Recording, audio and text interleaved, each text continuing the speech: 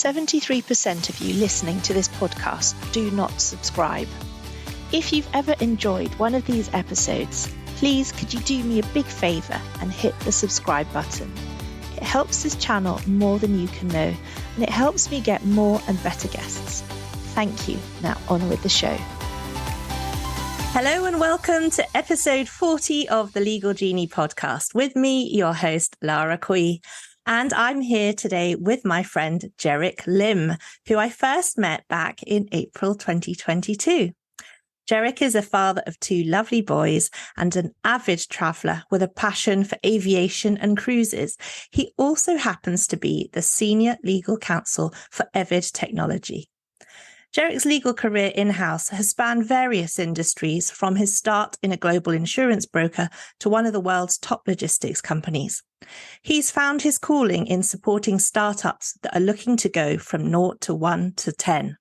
In his current role, Jerrick has been privileged to support creating new technologies that drive better health outcomes for folks in Southeast Asia and around the world.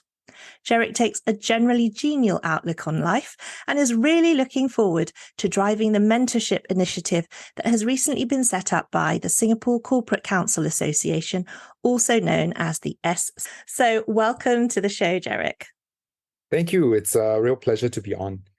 My show is all about mentoring and the career journey. So let's start right at the beginning. What first brought you into the legal profession and the study of law? It's funny when you put it that way, because I very much fell into the legal profession in the way that I think some folks of my age do. When I was thinking about what I wanted to study in university, I didn't really have an idea.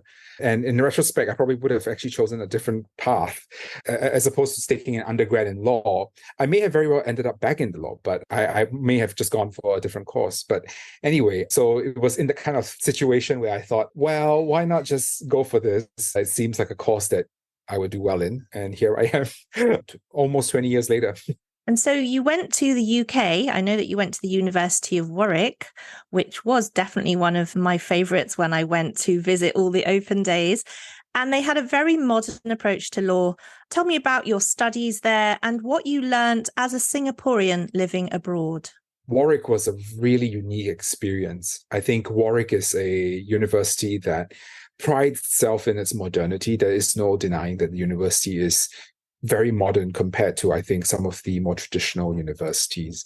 But I thought what was really great about the Warwick experience was the teaching there was really focused on driving a practical lawyer, creating lawyers who would not only be good at the black letter law, but also be able to be a practical lawyer, a lawyer who can give solutions to our clients. Obviously, you have to have the black letter law, but you do need to also be a lawyer who can give practical advice, who ultimately delivers solutions and outcomes for your clients or in my situation, for my stakeholders, in a way that is very usable. And that's something that I take into my job to this day. And to answer your second question, as a Singaporean in Warwick, I think Warwick is famously known as the bubble. It is very much in the middle of a field outside of Coventry. So I think what you really do take away from Shakespeare's hometown almost, it's just one town over from Shakespeare's place of birth, is the majesty and the beauty of the Midlands. It truly is a unique place in the United Kingdom. It's a place that I try to go back to whenever I can. And I do love rambling and through the woods and seeing the winding roads and the little paths and the streams and stuff like that. I do miss that a little bit sometimes, especially having come back to Singapore where it is a bit more built up. What would you say was the difference between your legal education when you arrived back in Singapore compared to your law degree? I think law school teaches you academic rendering of the law, which I think is very different from the practice of law. I think it provides you a foundation. It gives you the knowledge and the skills required to succeed at becoming a lawyer. But to say that law school will prepare you for a career in law, I think is at the extreme, maybe overstating the case, but that certainly I think requires a lot of hands-on experience. And I think it is instructive that historically lawyers were actually apprentices, right? We apprenticed on our way to becoming a full-fledged lawyer.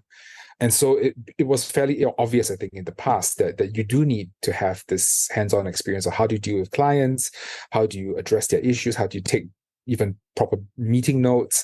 These are skills that cannot be taught in a traditional sense. And I think to this day, I am learning and relearning things about the practice of law. So all of this is to say that there is definitely room for modern legal education to be more practical. But having said that, I'm also very aware that it's impossible to, as I said, teach someone how to handle a crying client or provide succor to somebody who is having a difficult time at work. Like, some of these things are really just experiences that you have to go through yourself before you're able to be a good practical lawyer. I think it's a very good point to say that there is a big element of the apprenticeship, and that's what obviously the training contract and the pupillage period is for. But there is also that feeling that there are various skills, presentation skills, client relationship skills, soft skills that are very useful for lawyers, which could actually be taught more widely at law school. Just thinking about the transition that you made from law school into becoming a trainee, what was that transition like, and what did you feel was particularly useful at that stage of your journey? So I think, for full context, I actually trained as a construction lawyer, a famously cutthroat industry in Singapore because of the way that our legislative framework works. And I think it gave me certainly a lifelong compulsion to be very efficient. I think the skills that you really gain as a trainee are, as you rightly pointed out, the soft skills, right? Things like prioritization, taking good notes, making sure you are aware of the context before you execute on something. These are things that, if you are just starting out, I think it's quite impossible for anyone to teach you. Certainly impossible for anyone to tell you how to do better, right? And it's definitely not something that I think is instinctive to some people. So for me, I think the real thing that I gained from being a trainee was, as you said, the soft skills and trying to be a better lawyer in that way. Yeah. So you mentioned that you went straight in to being a construction lawyer. Why was that? I wish I could tell you, but I don't actually know how I got put in this position of being a construction lawyer. I did mention an interest in arbitration. I did my dissertation for my master's in arbitration. And I think at the time, perhaps there was a lot more arbitration matters in the construction practice. But to this day, I couldn't tell you why that was. But it was, in a way, trial by fire. And I hoped I escaped relatively unscathed. So you moved on from a local Singapore firm, one of the big four, into a very global firm, DLA Piper. So tell me about that move and what you learnt there as an associate. I think the expectations that come with being in a global firm are very different. The soft skills aspect of it is, again, something that is very highly prized. But at the same time, obviously, there is no, I guess the word for it would be, there would be no escaping from the fact that you need to be extremely solid at your drafting, at your legal skills, your analysis of the issues. And I think going to a global firm gave me was really a different perspective on the practice of law and how to refine the way I dealt with clients, or I guess now in-house stakeholders. Because it's one thing to just generate 30 pages of text about some obscure point of law, but I think it's far more practical to be able to tell a client, please don't do this. This situation will take place. So I think having the ability to deliver a work product that is fit for purpose and fit for use was something that was very highly prized, I think, at DLA Piper. Tell me about what happened in your career after that. It's quite straightforward, really, because most people, I think, today, where I think a lot of junior lawyers are leaving quite early to go in-house. I jumped on that bandwagon, I think, a little bit earlier than some of my compatriots, but the opportunity came up at Aon, which I thought was quite suitable for me. It was a corporate role. It was a relatively junior role. And I made the transition to Aon, which I think was, in retrospect, I think was the right move for me at the time.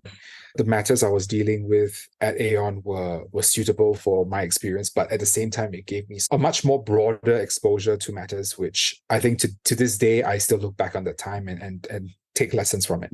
So it was just a matter of right place at the right time, I think, that I decided to make this transition to Aon. And I firmly believe that in this day and age, it's really not possible to put a guideline to somebody to say, oh, once you hit senior associate, or once you hit 8 years, or once you hit 3 years or whatever, then you should think about moving in-house. I think the question to be asked is actually, is there the right role for you? Are you the right fit for a role? And not use mantra or received wisdom to make the sort of decisions. That's a very good point. I think that, as you say, every team, every company is very different. Every lawyer is different. I would say for young people considering in-house, think about your level of independence. How much are you asking for assistance from others, from your peers, from your seniors? Do you feel quite competent in certain areas, obviously relating to more general corporate roles? But also every team has different layers. And so if you are quite junior, you can join a much larger team that has different layers. And I would definitely recommend not leaping into a sole counsel role if you're only 2 or 3 years qualified, but thinking about a larger team. And there are those, especially here in Singapore, where there are lots of global HQs. And so some of the legal teams can have 20 to 30 people in them. Exactly. And I think it's a very good point you made about horses for courses. I think having the right role is far more important than having a fancy name or a fancy title. I think the substance of what you will be doing inside your role in the firm is actually a lot more important for the growth of your career and the trajectory that your career will follow. Because ultimately, it is very possible to join the best team on earth, but actually find that you are not well utilized or that you are not maximizing your potential because the work isn't available to you. So having that consciousness and undergoing a rigorous interview process, which is mutual, by the way. It should never be the case that you just go into a job and say, oh, it's a good company, I'll go. Having that discussion and making very clear, this is what I want. Can you offer it? I think that's very important. I also think that when you're moving in-house, what's important is what kind of business is it? Do you have a genuine interest in their business? So I know that in your case, you're very interested in travel and technology. Tell me a bit about your move into FedEx, because you went there. So I did mention upfront that I was very into aviation, still am to this day. I thought, honestly, when the job ad came up, I was like, what better than to join the world's largest cargo airlines? It's to this day, I think, the world's largest cargo airline. And it was an amazing experience, at least for a person who's into planes. But the role itself, I think, spoke to me in many ways. It was a generalist role. The scope of the work that I was doing was extremely broad, but within a team that had specializations as well. So that was really good also for me to learn a little bit here and there about the various aspects of work that people are up to. And it was really at FedEx that I could stretch my legs as a tech lawyer, because I was assigned to take on tech contracts quite early on in my time there. So I did a lot of work negotiating fairly large and fairly sophisticated contracts for cloud solutions and stuff that is very au courant today, but certainly I think the contracts that need to be in place for you to get to a point where you can actually do all these fancy things have to be signed way before. So that was where I got a taste of the tech contracting and commercial tech space. Yeah. And tell me about the role that you took after that at Atlas. So for me, joining a startup was always something that I think I was interested in. And I was thinking that at the time, it would make sense to take on a role in a organization that was looking to grow quite rapidly in the travel space, certainly after the pandemic was over. So the timing, I think, worked out pretty well. And yeah, so that was something that I thought was interesting for me. And that's why I made the transition over to Atlas. And so now we are here at EVYD. So Tell me about EVYD. You are now senior legal counsel there. it's groundbreaking technology. What sort of technology and how does it help people with their health? So EVYD is actually a health tech startup in the AI space. Our focus is on delivering solutions to our clients that improve the health of their users. So it's a B2C model that we are following. The work we do is very much in working on, I wouldn't say intractable problems, but certainly problems that have faced, I think, every healthcare delivery system for some amount of time. The type of work that we do is not particularly sexy, I don't think, but it can make a very strong impact in the lives of our users. The best example we can give is we are supporting the delivery of what is known as the Brew Health app, which is Brunei's equivalent to something like a healthcare delivery app that Singapore has and other countries and other health systems certainly do have. And it allows users the ability to manage their healthcare delivery online. So things like queue management, like taking a queue number and stuff like that online, reviewing their medical records, tracking their health progress. All these are part of the solution that we provide as part of Brew Health. And the hope is that with a solution like this, it can go global.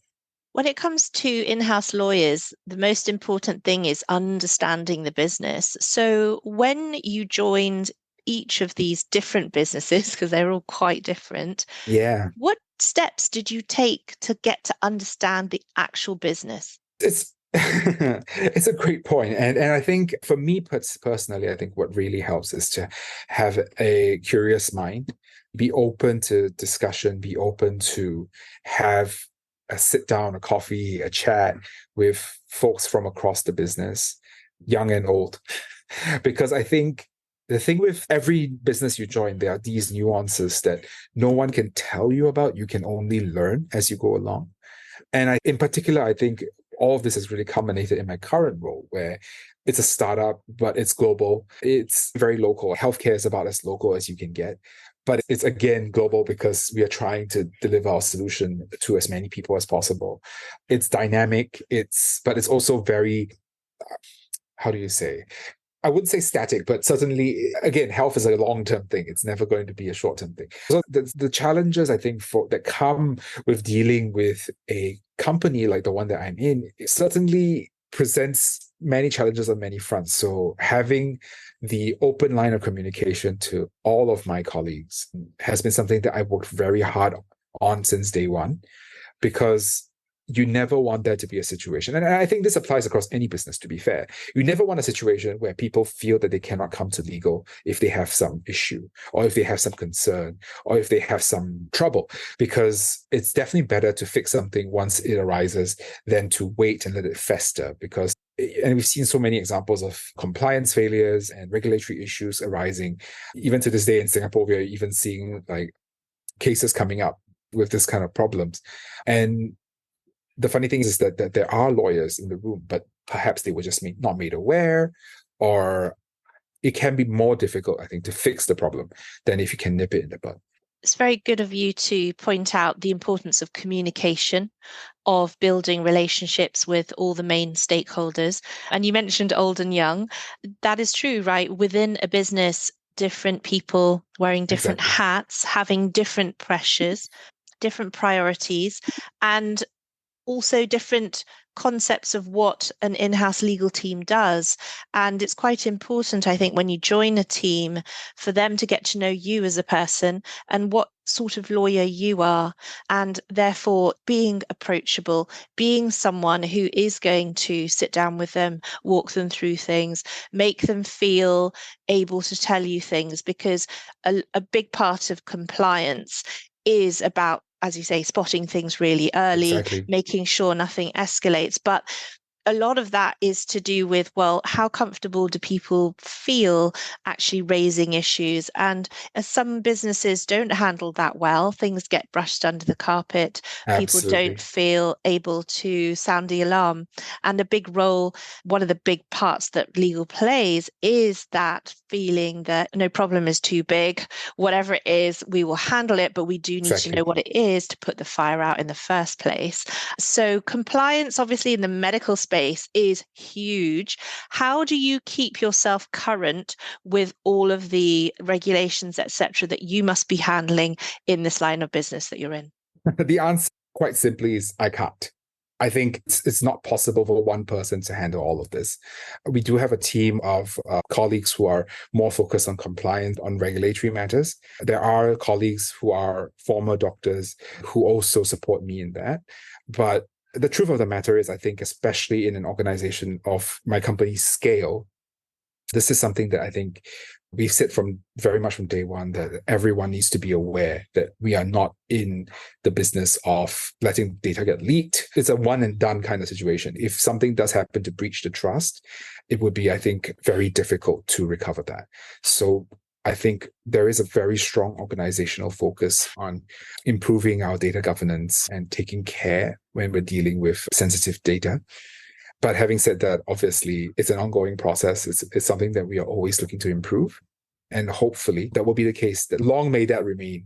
So let's move on to this fantastic mentorship program that you're involved in. Tell me about how it all started and your role within it.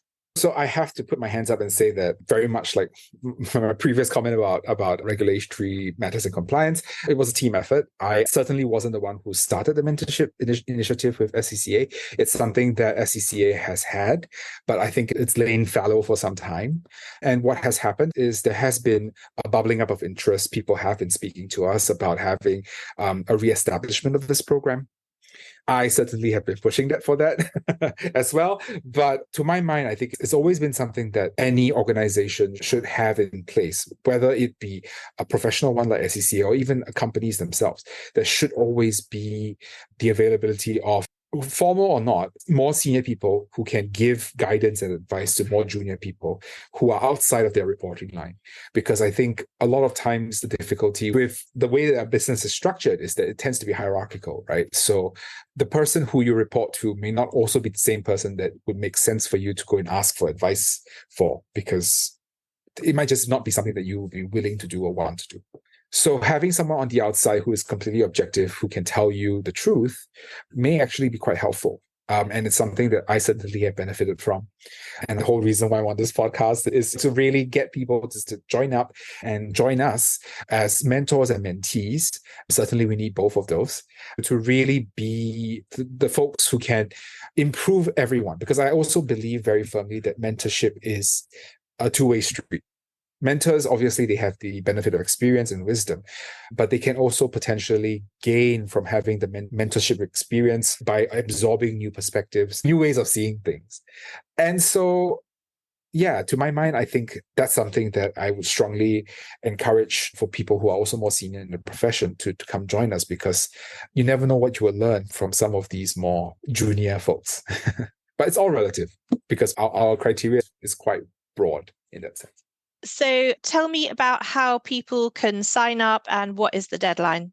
We are keeping it fairly loose. We do have some timelines in mind, but we also are bearing in mind that we are coming up to the end of the year, and there may be other motivations for people during this time.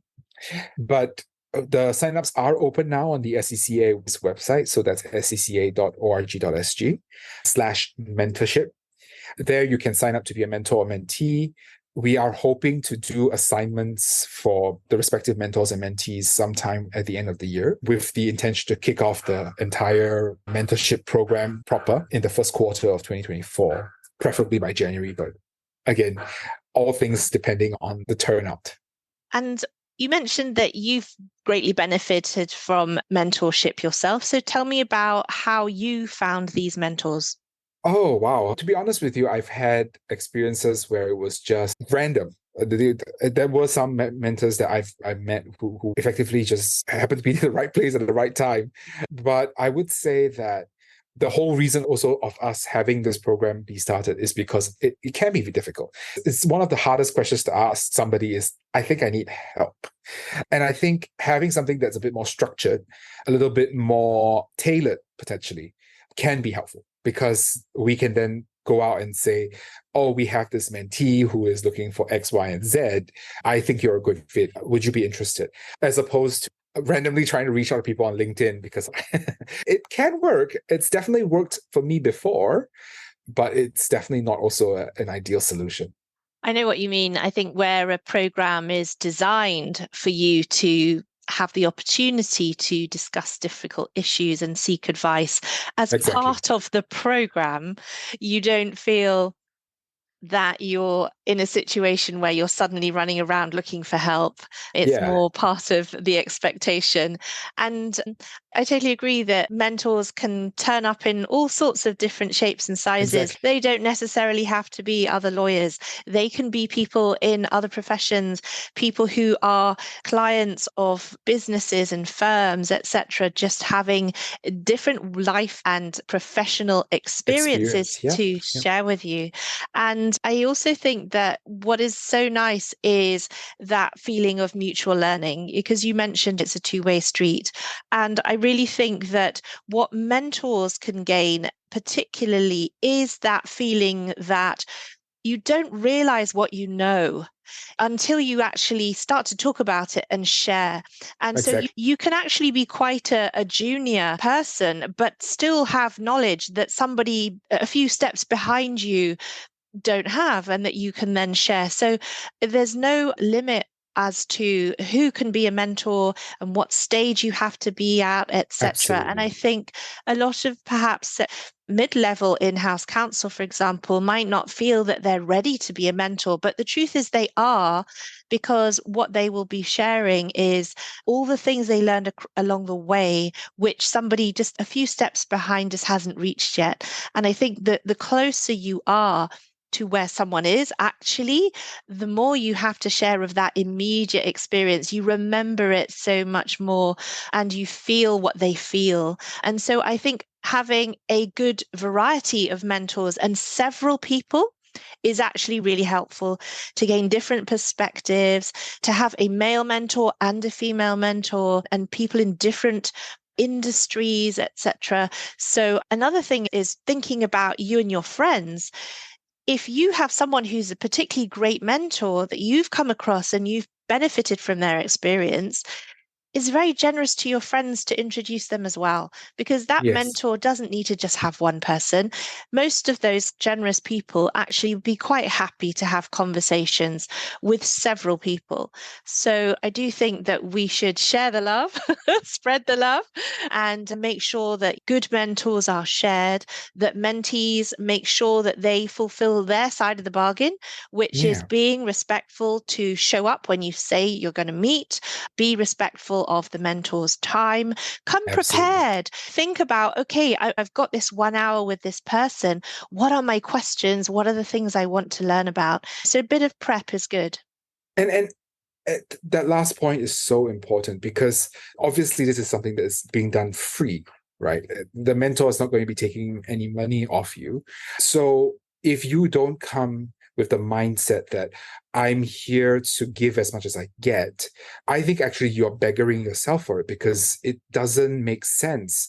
It will also not make sense for the mentor long-term to want to work with you, because they will be like, oh, this guy clearly doesn't want the benefit of my experience or my guidance. So it's so important, I think, for you to come in with some questions prepared, some thoughts, maybe even some specific queries about how a mentor has approached some type of issue in the past, or if there's an analogy that you can draw. All these things can be presented to your mentor as evidence of you having done the work, because this isn't tuition. No one's here to spoon feed you the answers, because to be also fair, the mentor may not have the answer that fits exactly your situation, right? They could perhaps have come across a similar but not identical situation. The whole point of mentorship is not to have all the answers, but to work together to come to a better answer.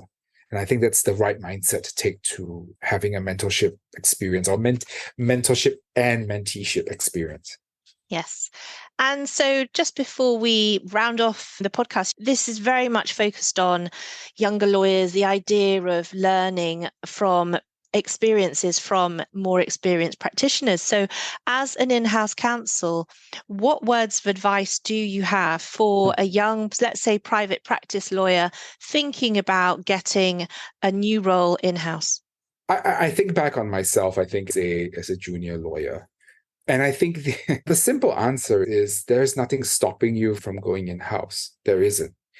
I think what you need to think about the most is, it's advice I've given earlier in this podcast already, is this the right role for you? Is this the right team for you? Is this the right fit for you? Which, to be fair, are really questions you should ask of any role, whether in practice or in-house. I think the difficulty with Singapore sometimes is that as someone who's in law school, the notion of going from law school to in-house there is no clear path to that. There is really none. You are told there is one path only, one true path. And that could be very much your path in life. I've seen so many colleagues and friends who have done that journey, but the statistics are damning. The number of associates who become partners are few and far between. That is a fact. I'm not saying anything controversial. So if you go in with this knowledge that perhaps you'll be there for a finite amount of time, what you need to be telling yourself is, okay, if this is what is expected from me, or if this is my path, what is the alternative? Where are my exit routes? Where are my exit strategies, right? Because no one can guarantee you partnership in this day and age. It was never the case, but certainly today, I think it's gotten even harder. So as a junior lawyer, the question to ask yourself is, where do you go from here? And you can see that as daunting, but I actually think it's very exciting. I think, where do I go from here is probably the best question to ask yourself every couple of years. Because who knows, right? You might find yourself in an oil field in the middle of Uzbekistan. Sorry, I have a globe right in front of me, so that's what I'm looking at. Or something else. Like, you never know. So never close the door on anything is my advice. Great. And so where can people reach out if they want to connect with you? I'm probably most easily accessible on LinkedIn. You could probably find me just by searching my name. It's Jerrick Lim. I do have a website. I have a personal website. It's jerricklim.com. That's not as active, but it is where my landing page is. So feel free to also look for me there. Fantastic. Thank you so much for your time today, Jerrick. Great to see you. Thank you, Lara.